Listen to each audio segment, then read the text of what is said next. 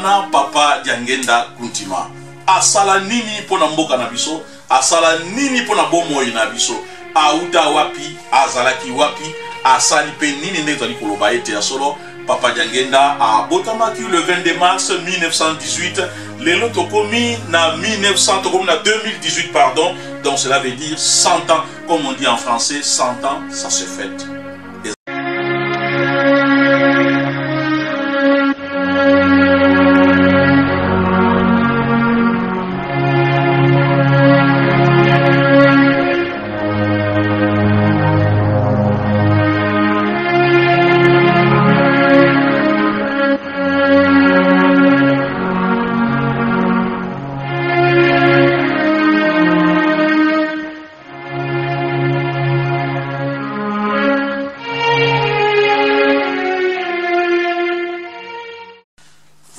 Émission na biso topesi bino mbote ndenge tolakaki bino ete na mbalelekaki ya liboso botalaki d'extrait ya émission na biso tobengaki ete épisode 1 ya centenaire. Lelo toye na deuxième épisode na biso otobengi ete centenaire ya Papa Diangenda Kuntima ndenge bozali komona bazali ko balancer na régie na biso bazali ko balancer elongi ya Papa Diangenda Kuntima na bayoyo bayebaki na batoyo bayebi ete nani wana Papa Diangenda Kuntima asala nini pona mboka na biso, asala nini pona bomoi na biso, auta wapi, azalaki wapi, asali pe nini nde tali koloba ete ya solo. Papa Diangenda a botamaki le 22 mars 1918, lelo tokomi na 2018 pardon, donc cela veut dire 100 ans, comme on dit en français, 100 ans, ça se fête. Et ça l'a rappelé aussi année à Mapamboli. Et ça l'a rappelé aussi année oyo bate pele bako sepela rapo mingi bazo kwa occasion na ngote 100 ans batata na ba mama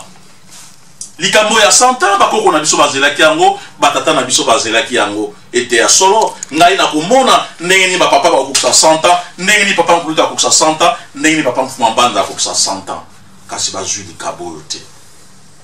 ngai na yo to zu chanson yo ya komona bango ete 100 ans ça se fête 100 ans na biso bana tata Nzambe toke kolekisa yango boyete tokolobela yango ya solo na bayo balandaki na émission na biso ya liboso na épisode 1 tolobelaki sur la biographie ya Papa Diangenda mama na yazalaki nani abotamaki azali 40e na kata libota na bango pe akolaki ndenge nini ti aye kosimba lingomba ya église kimbangiste mais pona lelo tokobanda liboso na biographie te mais pona lelo tokolobela mingi CV na ye kokola na ye tina ndenga ye kozwa lingomba ya mwana pona CV na ye to salaki extrême mobimba pona kolakisa ete ya solo Papa Diangenda akolaki ndenge nini bekol ni natangaki et puis akotaki kelasi ndenge nini ya mwana ko semba kuna na régie to zali na un grand technicien zali wana Papa Richard Nsiku a pesa biso d'extrait ya biographie te mais CV ya Papa Diangenda to megana kolanda CV ya Papa Diangenda.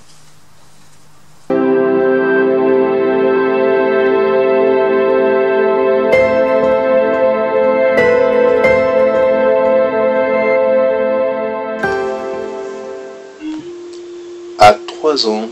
Papa Diangenda apprend la vie aux côtés de sa mère,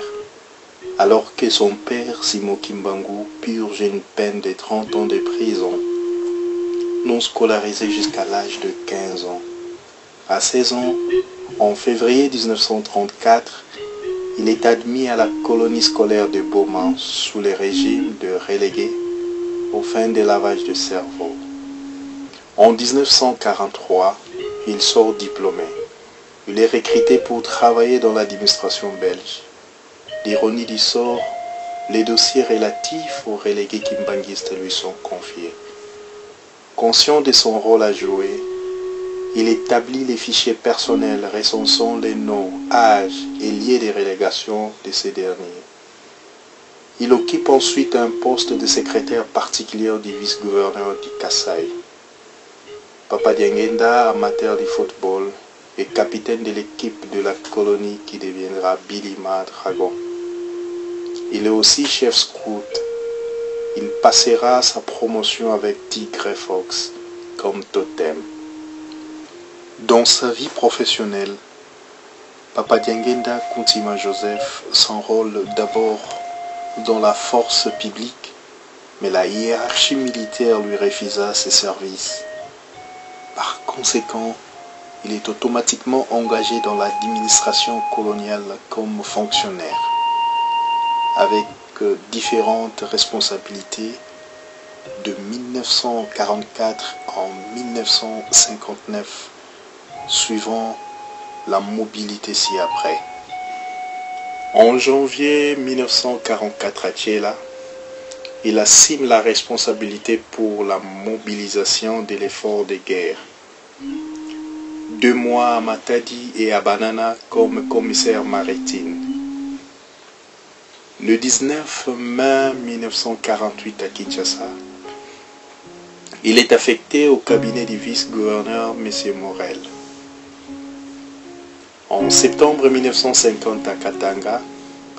il occupe le poste du secrétaire au cabinet du vice-gouverneur M. Peigne. Dans le même rôle du secrétaire, il est transféré à Kinshasa en juillet 1952 au 20 mai 1959 au cabinet du gouverneur général M. Léon Pétillon. Très apprécié par ce supérieur, le vice-gouverneur M. Peigne, en poste à Katanga en 1951, témoigne à ces termes. Avec Joseph, j'avais confiance et pouvais m'absenter du bureau et j'étais sûr que le travail serait bien fait. Même si je ne lui donne pas les explications nécessaires, il savait tout de suite ce que je voulais. Il faisait toujours bien son travail. En avril 1959, Maman Marie Mouilou décéda. Celle qui était officieusement la représentante de l'église passe les flambeaux à son fils cadet. Papa Diangenda continua l'œuvre salvatrice de son père et le 24 décembre 1959, l'église sera reconnue officiellement devant l'État colonial belge. En août 1969, dans la perspective de l'extériorisation de l'Église au-delà du Congo, Papa Diangenda se rapproche du conseil unique des églises en vue de son admission. Les années 1970 et 1980 sont marquées par les plantations de l'église kimbanguiste en Europe, en Afrique et dans le moindre mesure aux États-Unis.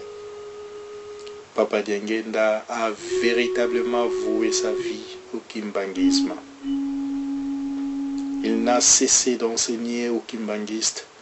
le clé de leur salut qu'il résumait en 3 mots: amour, commandement et œuvre de Dieu. Papa Diangenda Kuntima Joseph, le bâtisseur du kimbanguisme. Voilà, merci naïbete bolandi CV wana Papa Diangenda. CV ne c'est vrai que zali matata mingi petoye bakayango mingi petoye bakamote kasi zali pona biso bato zali kolanda ye bato to tema ke pa na ye on na bengaka maître de maître longi ya bandongi ezalaki pona biso pe aussi plaisir poto kwa koyeba babiloko wana oyo bayebisi biso kasi na biloko bayebisi biso ngai susi na ngai ezalaki ete ya solo bato mingi bakolobelaka likambo ya koloni ya boma mingi bakolobaki ete ya solo Papa Diangenda bakangaki na makasi bakendeki na bango na koloni ya boma bakendeki na bango na koloni ya boma mingi bakolobaki ete bakendeki pona lavage ya cerveau kuna nepai bakendeki kobunga batata na ba mama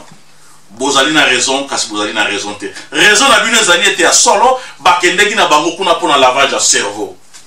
kasi est-ce que cerveau wana ilavamaki cerveau wana ilavamaki te malgré bazalaki na mindele batangaki na mindele mais atikalaki kaka na idéologie ya tata na ye tokoyeba ngo na kati ya émission oyo idéologie ya tata na ye ezalaki nini batata na bamama nkolo Yesu Masiya ayaki awa na mokili nde totangaka na kati na Biblia susi ya nkolo Yesu ezalaki ete atonga lingomba na mokili e na lingomba wana oya kotonga arenye ye na tata na ye kasi botala makambo elekamaki na ntango ya nkolo Yesu akutamaki na bato ya mayele bato oyo balingaki ye te oyo babengaki bango bescribe na bafarisien. Bescribe na bafarisien batungisaki nkolo Yesu makasi suka nango ti bakendaki kokanga ye. Asalaki 30 ans na mokili. Tanga kokisi 33 ans bakangi ye. Donc ministère ya nkolo Yesu Masiya esalaki kaka 3 ans. Moya tonga lingomba wana ezalaki te.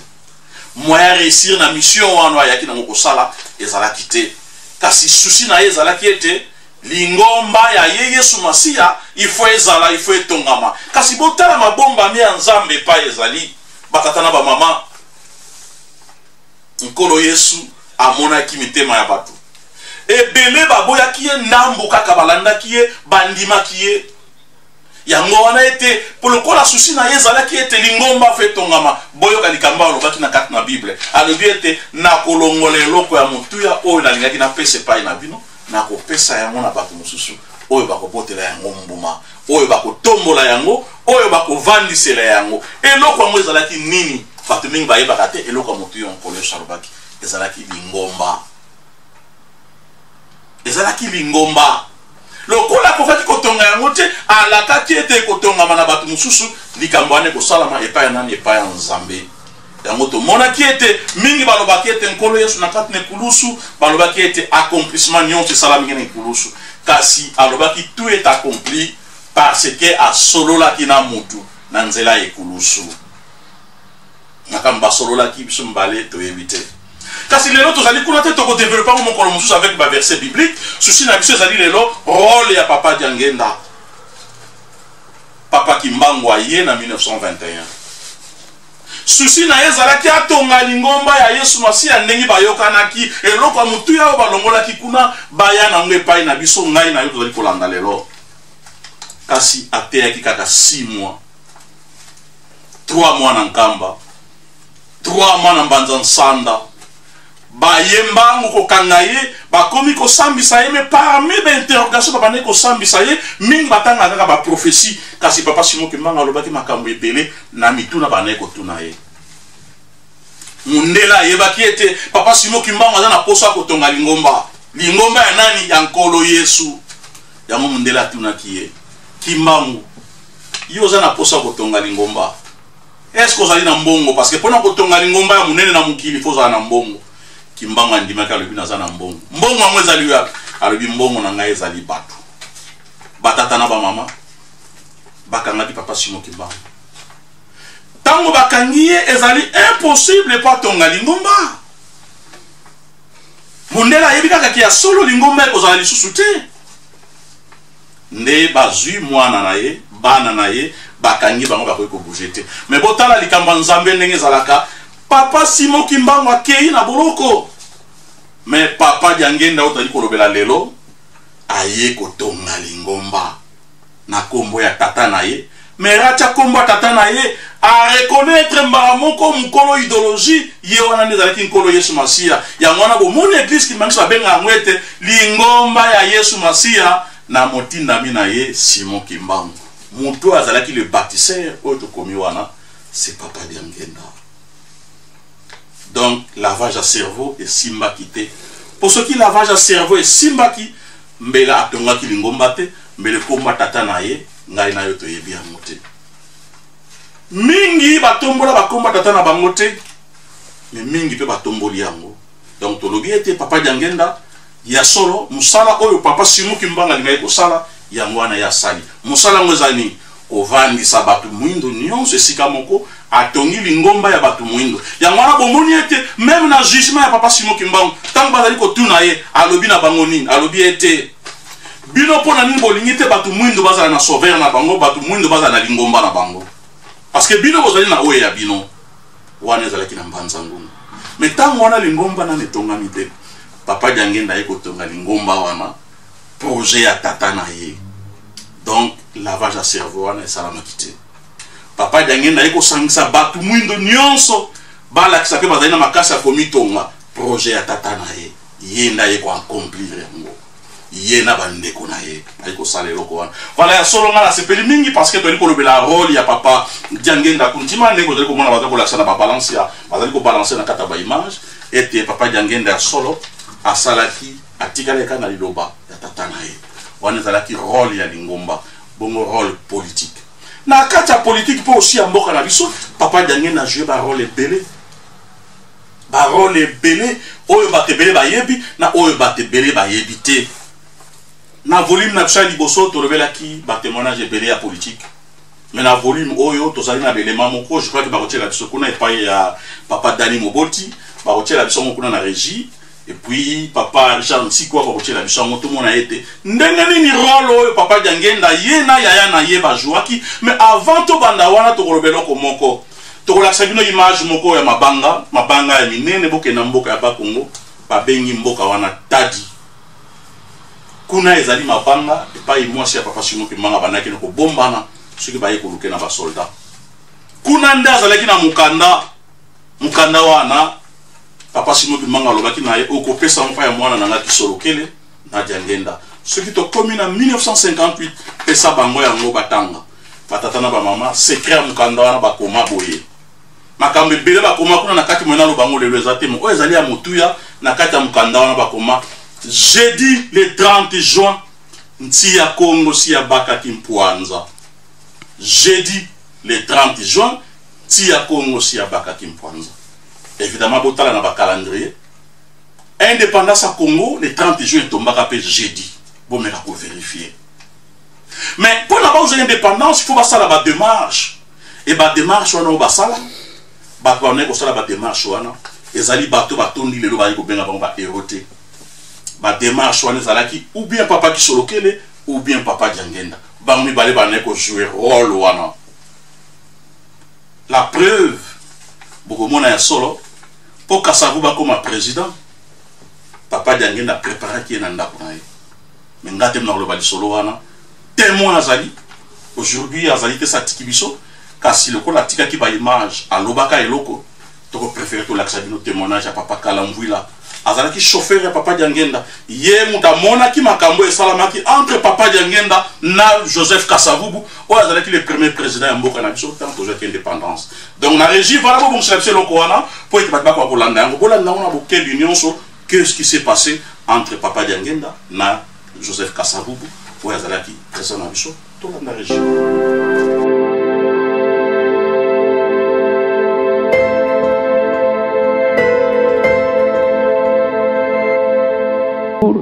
C'était le 2 janvier. Avant le 2 janvier, M. Kasavubu a contacté papa pour nous colloquer. Tout le monde sait qu'il faut anza. Mais papa, tous les gens quitté. Tous les gens de jeunesse qui à Bakis. Mais mindu qualité. Alors, Mundele Mokoye a servi sur arrangement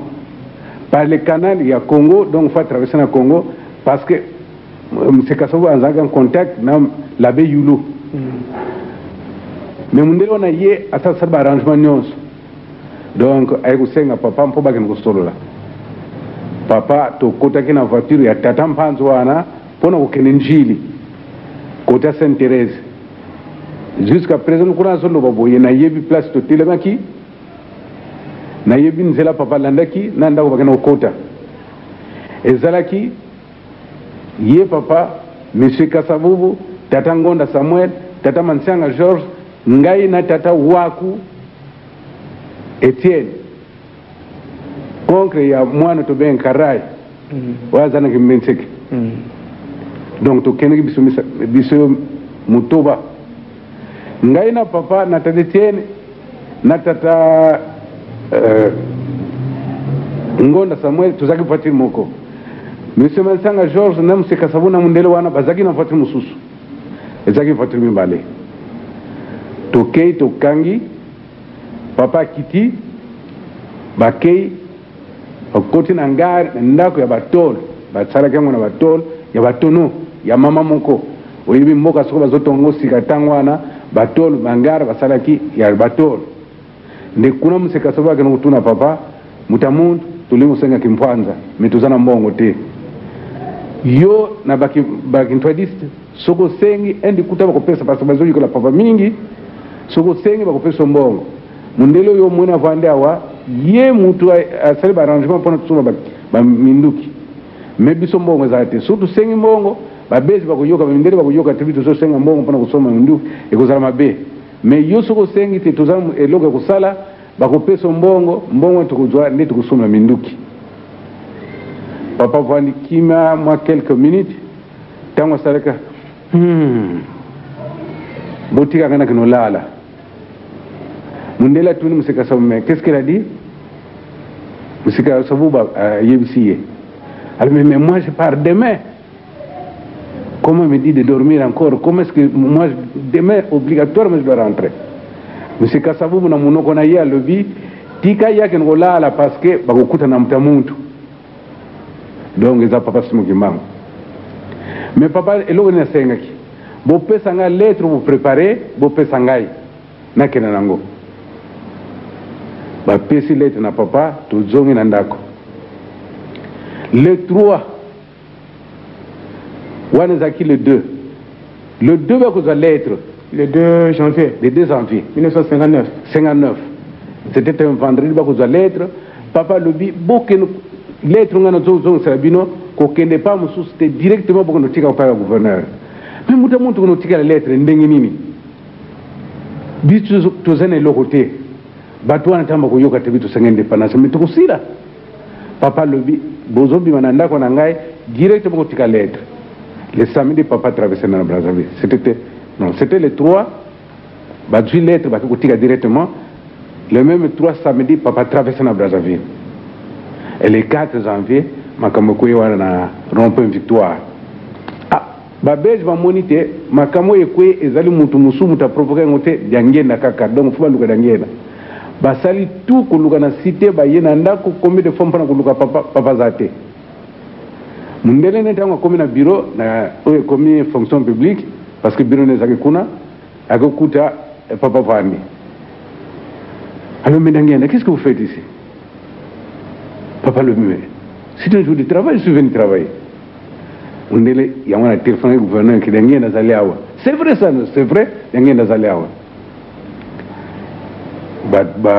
Si papa le mieux. Il est les hommes pour la musala, na tika musala te, il y a un musala. Donc, et l'excité papa a participé à ma campagne d'indépendance. Donc, vraiment, il était le cerveau moteur. Monsieur Kassaboubou azalaki ami à papa. Bazoko kenena na vélo, bisuntu na quartier tozoko be mwendundu. Pa kipembe, bitu zakina Ribaya 3, yeye zakina Ikelemba numéro 1. Donc,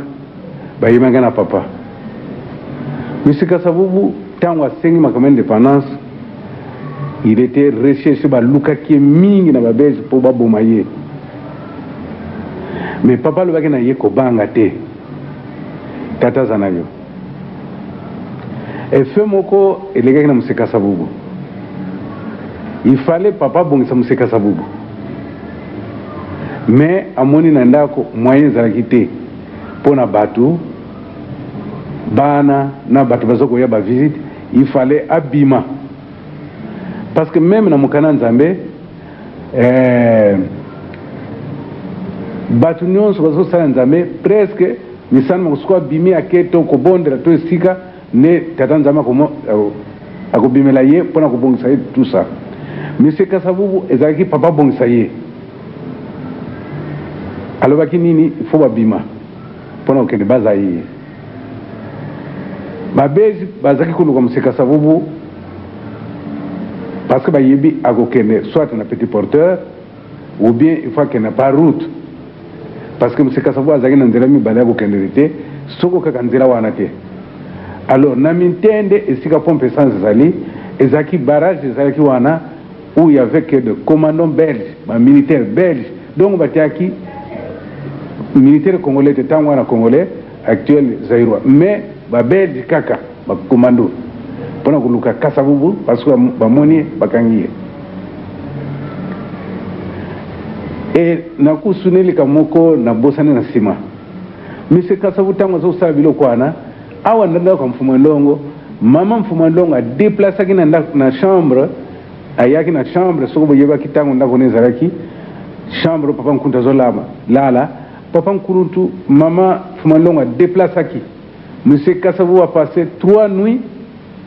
awa ndako papa lala ki awa ndako c'est comme la be yulu ndako papa mfumo ndongo la be yulu alala ki 3 jours awa ezali te bayebisinga te misi kasabu tango zoko ya ngai na zoko mona ba collaborateur pena misi kasabu baiki ko boya na kana na songi ya batu me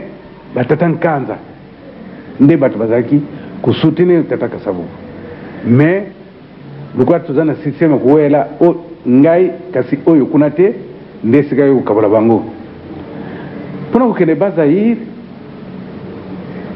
kukene ezaki ngoma lamu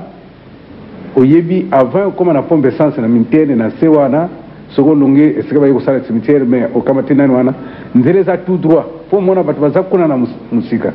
ba monite barrage zali musika sabu alenge alobi cette fois-ci je suis arrêté fo mona kanga makaka papa lobi musika sabu comment na pasité mais tant to koma kuna mutalo bate bino no so bana tranquille. Alors mais papa, mais vous m'avez trahi, c'est fini, moi je suis arrêté. Papa le dit, mais nous sommes allés na yo, oyeba ngori suzute. Mais c'est kasabubu tellement azakina kikiki mingi ko banga mingi amona kikaka ifona kangama papa le dit na ye ko lobelo côté bwana tranquille. Mais surtout comme wana mutabi mate ko koma na barrage papa fongoli porte à Kitty. On est à Monica papa, après si papa salut, monsieur comment ça va? Ça va? Et à la maison, ça va? Où est-ce que vous partez, papa Lobi? Nakia on a Kazango le côté la mutamalade. Samba tuna banani batubazana or que tiens zangina papa Kasabubu, mutu mususo kubosa na Kasabubu te. Mais si gaskoyo jamais ba se rendre compte que na voiture batu mususo bazali ba Monica ka papa yemoko. Balobi kene malamu bafungoli barrage papa leki papa suka kina kasabu bute oyebi na luzumu avant que descendre monter le luzumu cimetière mokeza wana à droite suko longue pa boya à droite nde voiture côté na zamba eza voiture ngai kalamvula ya ngai ngam na memagite me muntu memaki azakina vola tata luvanga Ferdinand mebeza ye muntu azakina vola voiture côté papa bakesika na musika saba mungi sili au retour na même intende nisika sabu abosa nite alega kiawa abana ko bana susume papa le mais nous avons passé par ici nisika sabu malum mais c'est fini mtamundu donc abosa nete balega ki bosoa akomi papa kiti linga salaki batuni mais bayibisa ki biso to kenena na kazangulu pona ko tala batamada oui et comment bazama bien afon le barrage papa leki. Et là c'était papa azaki mutamukine na bisote bakonzi mingi to yebi o bazaki ko yana papa bayana moyi bayana butu to yebango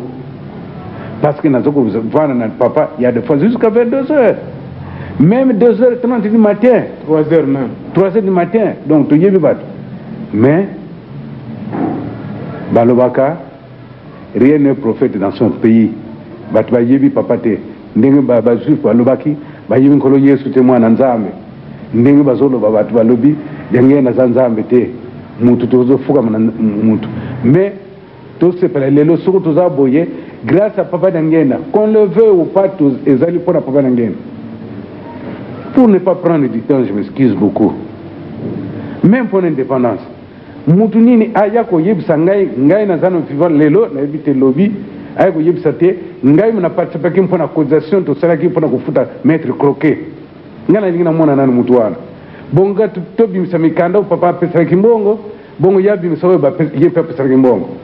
or que croquet tango yaki mutu pesa kimbongo papa ngena kuntima izaka mutu ya boni combien mbala liboso tango ba yeba lobi maître croquet ye tozana mbongo te ya kufuta bakisi batu bayaki papa koti na ndako 450 na mbongo tangwana lelo soko to senga intérêt gouverneur ni ko futa biso 450 na côté à pesi basali de charge mikane zabi le lendemain baye ya dio makangami depuis akotaki bolo bakubi misete soba mbongo ezalite combien 450 papa zongi na ndako na chambre akamati mbongo apesi donc ce qui fait 900 nata ya lelo na muta kufuta ngo mais tout ce qu'il avait fait les gens bakamati papa muyibi na balabala ngutu alekate. Voilà, nasi tolandi vidéo ana tolandi na bokebi nyonso ya solo papa bosil komona azana biso bisusute ça huti kotika biso déjà moi ba mikoleleke dele kasi bana na ye ba pesa biso vidéo ana tozalaki na posa ete to kwa kolakisa bino ngo po ete bokwa komona po ete moto mwindo alingaka kimona meso wana za vidéo moto alobaki yango azali bisusute alakisi ndenge nini Papa Dianguenda a joué le rôle on a Kasavubu nengo moniko bakendeki Kazamu ezalaki pa kende ko bongisa ye elingi koloba nini elingi koloba ete mboka wana Congo mikolo nazali koloba eloko moko mukilo tozali ko vivre ezali ya kimbangu Afrique eza lopango na ye RDC Congo Brazza Congo Angola ezali ndaku na ye enkamba ndezali chambre ya vanda. Cela veut dire yo moto moindo soko vanda na mukilo yeba ko vanda na mukilo ya kimbangu soko boye luka mukilo mususu et soko ozali africain moto moindo yeba ete ovanda na lopango ya kimbangu mukolo lopango eza kimbangu et soko ozali congolais ozali angolais congolais à Brazzaville yeba ete ozali mwana ya ndaku ko boya ka kimbangu te parce que wana ezali ndaku na ye et soko kendaka nkamba yeba ke ozali mwana na ye pokotaka na chambre na ye esika ndako ezali wana ezali makambo nazali koloba mikolo ya solo batebele bomoni makambo wana ya Kasavubu. La preuve que tokoloba ete mingi o bayebi politique mboka na biso tomeka ko tuna mo mke mikolo ba papa ndenge na ndenge ba expliquer ki biso rôle nini Papa Dianguenda jouaki rôle nini papa ki soloke la jouaki pona ko bimisa Kasavubu wana la liboso mikolo eleki ba tindela ki biso ba document moko eza très intéressant pona ko tala ete ya solo avant que l'indépendance na table ronde ba homme politique national kata mboka ba salaki mois d'élection bango moko ba benga neti préliminaire po ba luka nani o ba ko bimisa liboso tanga ba na table ronde ba présenter pa ya ba belge ya solo mutago ko za la président ezali antel ba salaki ba élection ba ma bengi préliminaire mais na ba élection wana mutabima ki premier c'est papa Kisolokele Daniel Charles moi na liboso ya papa Simon Kimbangu et Kasavubu azalaki même pas deuxième azalaki soki cinquième soki na bosa na ba document to kotala boko mona ba kombo na bango nyonso ba relaxation na régie parce que vraiment tozana beleme bele to relaxa lelo mais mutabimaki premier ko ya ko za la président ya mboka ezalaki papa Kisolokele mais papa Kisolokele alobaki na lobi te soki botie ngai na bima liboso ba belge ba kolinga ko pesa biso ki mpwanza te parce que ba kokanisa ke na lingina sala revanche ya tata na ngai ngana yeli ki bokonzi ya CT nazo bunda ko bino bozo mabele na bino bino moko bo gouverner na préféré tocha Kasavubu baza liboso bino ba musu boza na sima na ye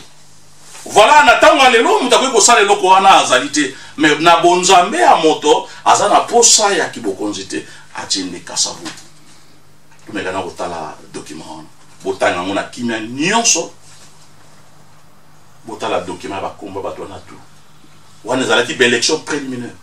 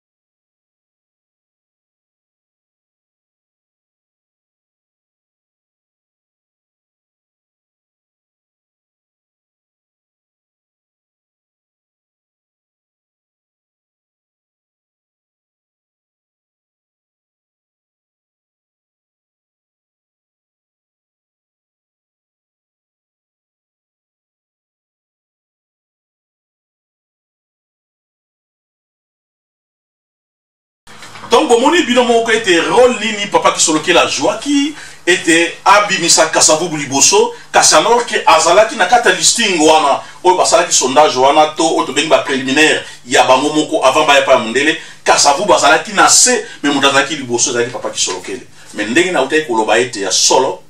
papa Kisolokele azalaki na besoin de la président de la République souci na ezalaki ba yindo ba zomboka na bango ba gouverner bango moko ndenge ezalaki likanisa tata na bango alobaki ete moyindo akokoma mundele akoma moto mwindo bino ba mindele bokokende batu mwindo bako gouverner mabele oyo bango moko yango na rôle kaka obana na bana ko sala papa Diangenda na papa Kisolokele. Cela veut dire cerveau bakende ko laver bango et lava makité batikala ki toujours na matambi ya tata na bango. Ngana sepeli na ebete bino pe bolandi émission oyo bozali ko sepela po ete zali émission to kenango année mobimba ezali année du centenaire to bano bimisa mabomba mi malembe ti na suka na yango po to yeba ete papa Diangenda kuntima azalaki nani auta wapi asala nini na makambo etali lingomba pona kotonga lingomba ya solo batuna ki tata na yete est-ce que ozali na mbongo tata na ya lobaki ete naza na batu mais botala nanu ndenge na lobaki na volume na tuelekaki na tango wana moins de 2 millions po papa ndeko landa papa Simon Kimbangu mais papa Diangenda tanga zu batu abandi ko sangisa bango alobi ete tokotonga lingomba ya sika mokili ya sika na modele ya sika biso moko tokomi tongela yango. C'est la seule église na kati Afrique oyo ezwaka aide extérieure te ya mondele mais bami tongela ka bango moko batongi ba école batongi ba hôpitaux ba centre médicaux ya ndenge na ndenge ba centre agricole bisika ya ndenge na ndenge oyo bato musu batangi bakomi pe ba ministre kasi mutasali musala wana papa Diangenda le bâtisseur coup de chapeau ngai ona nazali koloba nazali parmi bato oyo pe papa Diangenda ateyaki yango mona sali boy coup de chapeau po ete alakisaki bakimangise ndenge ni bakoki komitongela bango moko sans que basenga ba aide extérieure. Par contre tali komona ba mangomba edele oyo pe salami na kata mboka na biso bazali kozwa ba aide extérieure mais est-ce que batongi l'école, est-ce que batongi hôpitaux, est-ce que batongi ba université te ba mitongeli mabumu na bango na ba famille na bango na ba ndeko na bango basalisi peuple noir te mais botala ndenge ni bakimangise papa ni kosalisa peuple noir. Papa Diangenda kanisi batu a créé loko babengi nsisani to mitie la mbongo to organiser mbongo wana poto telemisa immeuble poto telemisa ba building ndenge balobaki to telemisa ta ba université mudawi ko sala ndenge wana likanisa tata na ye mais tanga bane ko sala musala wana mingi bafingie moyibi mingi bafingie kazali ko exploiter batu alors que kazali ko exploiter batu kazali ko lakisa moto ndenge no ko komisala la yo moko la main dans la main pour botonga mokila sika to mekana kolanda ndenge na bane ko salisa musala wana na régie kuna papa Richard Nsiku atiela biso mo totala ambiance nini papa Diangenda abane ko salisa mbongo metanga zali ko salisa mbongo ndenge wana bande ko so bazali ko leka bazali ko sekana ko chola mais botala lelo ndenge l'église Kimbangis etongi partout na ba province na bisika ndenge na ndenge grâce ya idéologie wana.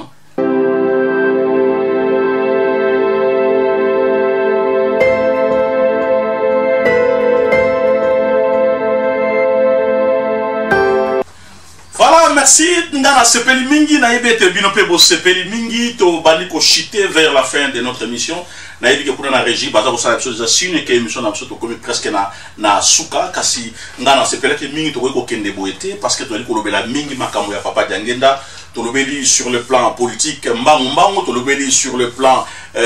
spirituel, sur le plan de to lobeli tazali bâtisseur, mais est-ce que sur le plan nguya miracle azalaki na yango ndenge tata na azalaki parce que bingi ba ko lobakete ya solo ki mbango azalaki ba miracle mais ba bosa na kete papa Diangenda bato bavandaki na ye biso to vandaki na ye to mona miracle ndenge na ndenge mingi to loba kate ba ko tshela bino photo moko boko mona ete papa Diangenda ndenge bomoni ete nkolo Yesu masi etanga bande ko tambola soki likambe kwe na nzela babande ko kanga na bilamba mwana na nzambe koleka boite soko salisi bisote boko mona mwana na nzambe asali pe miracle bato na babiki bakei batamboli photo oyo bapesinga yango na bato ya motema malamu ete balobi ete papa César toyebi ete lobaka makambo ebele ngana za na preuve oyo tala photo oyo kende kolakisa mopa ya bato papa Diangenda bande ko tambola azo kende na voiture na bandeko ba musicien batandenge na ndenge bazali ko kende bakomi na mboka moko ebembe mama wana akufa bato baza kolela parce que atiki mwana ya bebe bana ya mike mobala azali kolela mais tamba moni cortège ya papa Diangenda batuni pa ya bato wana nani balobi mwana ya Kimbangu balobi bokanga cortège wana bakangi bato balali na mabele balobi tata na yo asalisaki bato alamusaki bibembe bisto ali na mawa tala moto akufi atiki bana ya mike tokobokola bango ndenge nini salisa biso ndenge tata na wasalisa ki batu botala na photo wana papa Diangenda kiti na kata voiture azui mama wana na loboko atelemisi ye asololi na ye pe na suka na ngo atiki mama wana seku atelemi bango ba continue bakinzela na bango mwana nzambe ya ngono muli bakimbangisa balobaki ete papa Diangenda ye wana kaka papa Kimbangu papa Diangenda ye wana kaka papa Simon Kimbangu kyangani kasi poza na koyeba yango ezali un peu très compliqué batata na ba mama bwanya na mayele eza biloko mibale différent okokoza na mayele moza na bwanya te okokoza na bwanya moza na mayele te mayele ezali intelligence bat bayeko la ngona bakelasi bisika ndenge na ndenge batu wana bangona bazalaka teti na batembe mais batu na bwanya ba comprendre alika mbala moko bakoyeba kya nzambe ye mwana ya nzambe ye bwanya yango balobaka zala na bwanya na mayele pozala complet bakimbangisa bazala na bwanya na mayele yango na bayebaki papa Diangenda bayebi azali nani tokomi na suka ya mission na biso. C'est vrai, année oyo ezali année ya mapamboli eza année ya kimia année oyo surtout lela ki ba makamba ndenge na ndenge mais année ya 2018 ezali malamu pona biso africain pona biso ba congolais pona biso ba ndenge na ndenge ko nyoka. C'est vrai que mboka na biso ezali ko traverser une période la plus difficile de son histoire, mais mutakoche la biso ka kimia papa Diangenda parce que yenda zali mukonza kimia alingaki Congo, alingaki Afrique, alingaki batu mwindu azali ko sambela pona bango po tozala bien, mais biso moko ne to li tozala bien te yango na pasi tozala ngo tilelo susi na ngai ezali tola nana prière moko papa Diangenda asalaki na 1990 na 1990 na tango wana mboka na biso Congo Zaïre à l'époque ezalaki na difficulté à makasi papa Diangenda abeta prière wana na tango wana tozaki na chaos politique ndenge toza nango lelo ebota la prière wana ezo concordé na mokona lelo bapesa biso bakambia solo baza na boyokani baloba liloba moko na bitumba te na makila te tolanda nano prière ya papa Diangenda esalanga pasi so na yoki prière wana tolanda nano prière wana na kimia nyonso bola na malobo azali koloba na kati na kimia nyonso boyoka nzembo azali koyemba na se na kimia nyonso tolanda prière ya papa Diangenda. Lelo yo mpasi seye Afrique mobimba tozali na pasi esika ezali kimia ezali te ya solo tozwaka ba independance na biso eleki mbona tuku misatu na moko kasi tina mokolo malelo pate to bénéficier independance na biso moyen ezali te mpona nini ndenge tosi tolobi na mboka na biso na Kisasa soko na mboka na biso na Luanda soko na mboka na biso ya Braza ata moko ko kumana te pato wokela bana na yo mawa na pasi yo bazali kumona kapana mbula pana butungi papa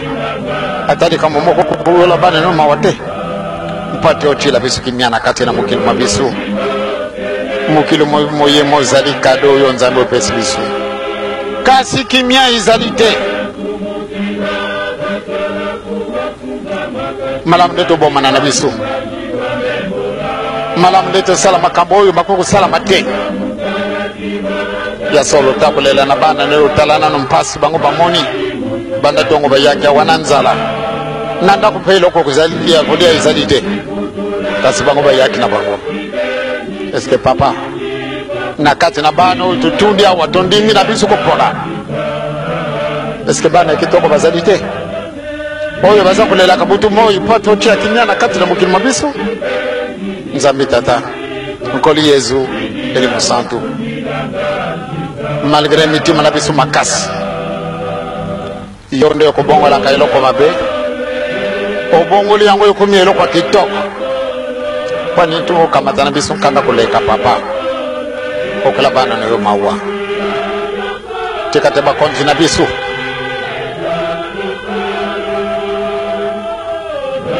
baoyo bandimi ete batambulisa mokili oyo batambulisa yango na solo na bookani na kubunda te na kuteya mateyi mabe te na kuswana te kasi moto oyo akamati likambo kitoko aci baetudie yango babimbisi likambo kitoko mpona nini na biso wabona kati na Zaire mokili mwa yo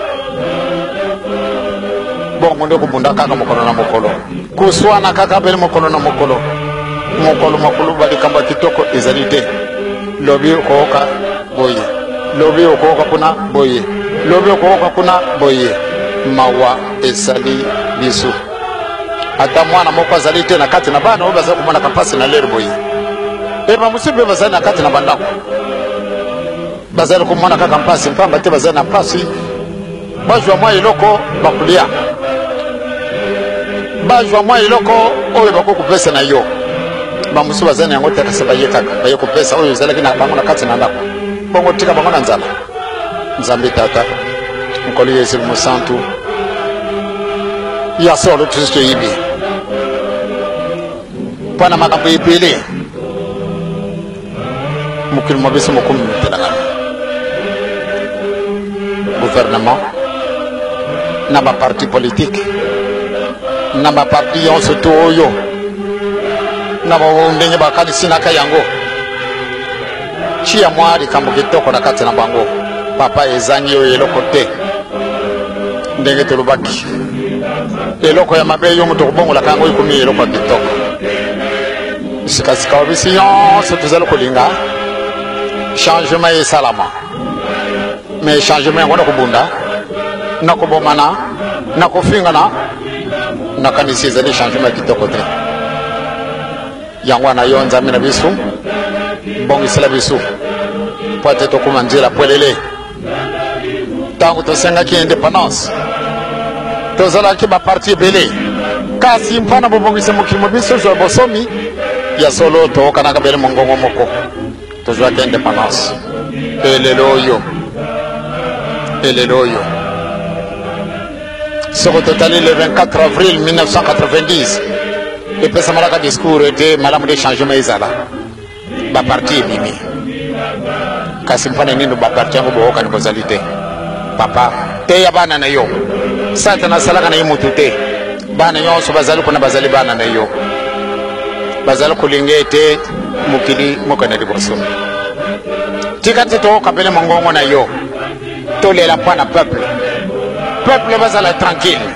allez très bien allez été très bien atamboli na butu alali na ndako na ye moto akosala ye mabe azali te kasi na ntango oyo mpona nini tosengaki changement mpona nini changement yango te na kolukela yango makambo ebele moyen alala na ndako na ye ezali te moyen mpe atambola librement ezali te ezala moko ezala butu bato ezali kobomana kaka yango wana tata nzambe toleli epai na yo katela biso likambo wana papa tika te bookani bozala na bato nyonso babengami ete batambolisa gouvernement batambolisa conférence nationale batambolisa makambo manso bele na bookani na kubunda te na kuswana te teya bana na yo papa pate biso banso mpe tosepela yo ozali nde tata na biso mabonga mazangi na biso bana te kasi soko tokamatili biso kanda koleka moye te pamba te makambo manso mokobima na mokili oyo bato bandimi te kasi yo tata na biso ozali bongisela biso po ate mokili na biso totambulisa yango ndenge osengelaki tika te kimia na nkolo etambulisa baparti politique gouvernement na makambo manso ezangi nde tokozwa yango na tena na bolingo na bino bele kimia na nkolo yumi na seko na njuto mpe na milimo na biso kimia na kati na mokili mwa biso banda le Bas-Zaïre, la ville de Kinshasa, le Bandundu, l'Équateur, le Haut-Zaïre, le Kivu, la subdivision surtout, le Chaba, le deux Kasaï oriental et occidental, les Alimokil Moko. tika te bango nyonso tobutamina kati na mokili moye totambulisa mokili na biso ole tokenda kokenda nde esika bato mosusu baza kotolaka biso yo kaka batela biso yo moto kobongolaka eloko mabe ebongisa yango kitoko makambo mabongisami bele kimia na nkolo mumila seko na njutu mpe na milimu na biso afrique mobimba tosengi yango kimia l'Europe, Amérique, Asie, na Océanie na komi na tata mwana pia ni musantu. Amen. Voilà ni toloba ki ete ya solo likambo ya Papa Diangenda ezali ete likambo yo bakimbangise bazana yango. Lelo mboka na biso ezana makambo ndenge na ndenge Afrique ezali koningana partout ezali kokende ba Afrique to alikaka na pasi. Alors que wana ndeza la ki souci ya Papa Diangenda ete ya solo pourquoi biso bato mundo to zali ko créer te to zali ko sala eloko te. Eloko ni nezangi biso kasi eloko ezanga ki biso ezali ete ezali bobangi ya nzambe kolinga koyeba kimbango azali nani wana ndesima na ngone to ko comprendre ete soki to tie kimbango liboso nde mboka na biso ekende liboso ba africain to ko évoluer to ko développer to bana ko créer to ko pe ndenge moko na ba chinois ndenge moko na bato ya ndenge na ndenge po ete ngai ni na olobakete ya solo biso africain bato ya mayele ba futur homme politique na biso soki to tie l'église kimbangi c'est to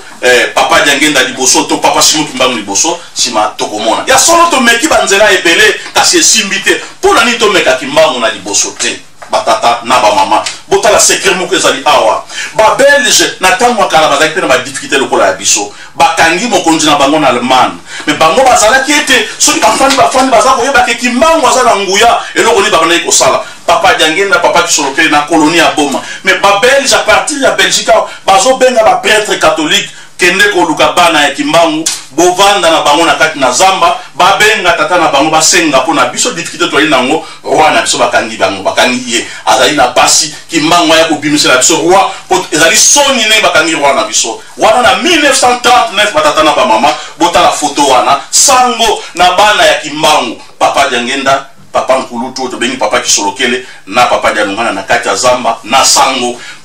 atelemi po bana wana ba prier ba benga tata na bango abikisa ba belge soki balindele kimbango aza ko bikisa bango bongo biso bato mwindo kimbango ko bikisa biso pona unité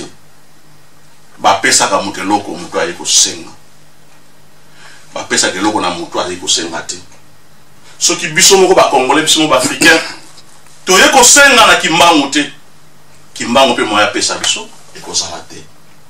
to zali ko préférer to ke ko senga pa ya muto a ko pesa biso te ya mana to zali ko tourner à rond passe na biso tilelo bota la photo wana bazali ko balancer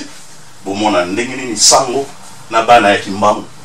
baza ko na ba chemise te ba kilote za ko pasuka na pasi na tango wana mais soki ba bengi tata na bango za ko sala bango likambo nyonso bazaki na moposa eloko ni azangi biso lelo mayele na makasi eza eloko moko te mayele na makasi eza eloko moko te ngana lingaka mingi masese mais pona tosisa na émission oyo na kobeta lisese moko Papa Diangenda bana kolinga mingi eza lisese te ezali a trouble ki muta mayele et pas ozali na kata ndako na yo lion na mutu na za makasi na yebi ko répondre za lion na mutu soki babundi na ko gagner lion ta ko gagner et ko sala même 2 minutes te lion na mutu na l'équipe poids lion ta l'équipe poids lion na mutu na l'équipe kanda lion ta l'équipe kanda mutu na ngeza liboye mais ndenge nini mutu akokaka kokanga lion akeko tsaye na jardin zoologie abandi ko zwila ye mbongo po ba ko tala ye akanga meli ndenge nini et pour la nini lion akokaka kokanga mutu te amema ye na zamba atie pe na kata cage moko bato ba ko tala ka mutu mwana maye ba ko te akina masese elinko lo baboy makasi eza mayele te mayele leki makasi biso bato to ina lolendo na kanda ya kondima te ya kochaba kanda ya kochaba discussion parce que to ali makasi to yebi koloba kasi mayele eyeki koloka ya mwana bomoni mutu lokola azali na mayele ayebi ndenge na ko maîtriser lion pa kanilio amemi na zo atie na kata libende abani kozwa mbongo pa ya bato po mona lion futa mbongo boy batie na jardin mais lion lokola za na mayele te akwakanga mutu te akende kotia na kata jardin na kata zamba po bato ba na kotala ye na lingaka bino mungu na ebiki ya solo batata na bamama émission evana kocontinue parce que ezali année du centenaire tobimisi bacadre oyo tokotia na bandako na biso mpona ane oyo bozanga yango te ndenge bomoni bacadre oyo ezali kotekama na baparoisse nyonso tu église kimbangiso ezali awa na poto c'est la ratel ki moto ebimisi yango bomeka kozwa yango botia yango comme souvenir tokomi na année du centenaire mingi bakanaki bamona 100 ans oyo me nzambe abengi bango me ngai na yo tozwi baprivilège ya komona 100 ans ya papa Kitsolokele, 100 ans ya papa Dialungana, 100 ans ya papa Diamulenga.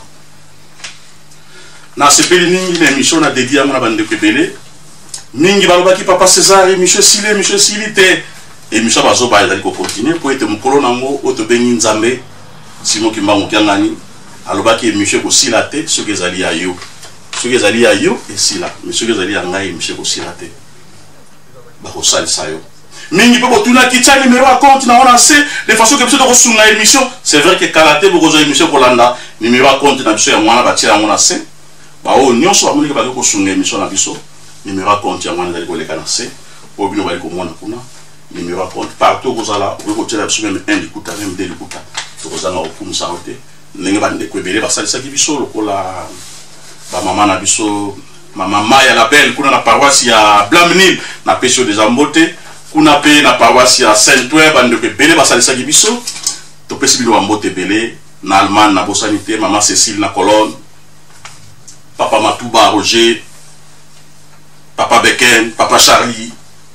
papa Vemle papa Doris kuna na kati ya mboka ya Genève na Suisse papa Doris Mboko topesi bino mbote bandeko ndenge na ndenge to bosanité bosalisa biso bosalisa émission oyo ezali mpona kosala papa César te mais po ete continuité ekoka kozalaka ngai wa bino ndeko César Ngina Mao na caméra tozalaki na papa Dani Moboti et puis na réalisation toyaki na papa Richard Nsiku kuna pe na son to bosanité toyaki na papa Bonambala iya azalaki na son epai na biso kuna force nyonso bino bomoni ezali rateleki Europe to bosanité na réalisation tobosani pete na bandeko musu basungaki biso bapesi biso maboko kobanda papa Yugen Sungu Mayi Barros technicien na musika tozana bino ensemble bosunga biso bozana na biso toyebi ete tokutana na bino na mboka nkamba centenaire na ba portrait na biso ngai wa bino ndeko César Ngi na ma apesi bino bote merci à la prochaine.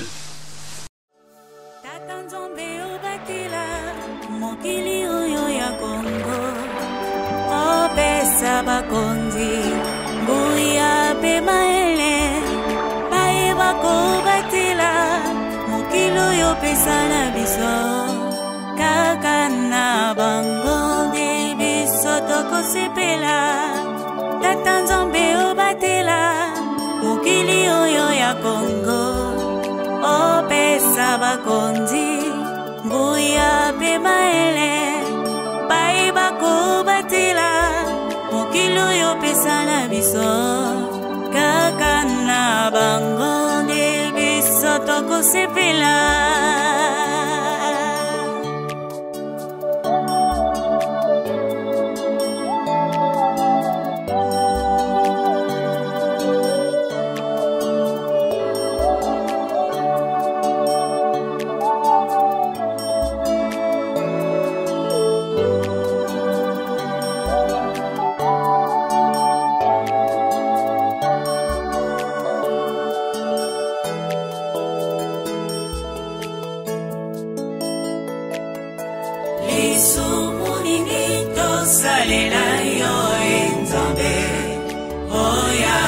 Seni na mikili bisusu na nyoyo apesa kimya na mikili bisusu kaka yo tatande tozali kotalela mabeni ni soki toluki pe kozala lokola mikili bisusu yo mieba yo ebongwani lelo biso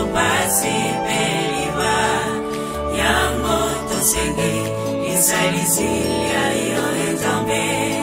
lisumu nini tosalela yo enzambe oya bokeseni na mikili misusu nanyo yo apesa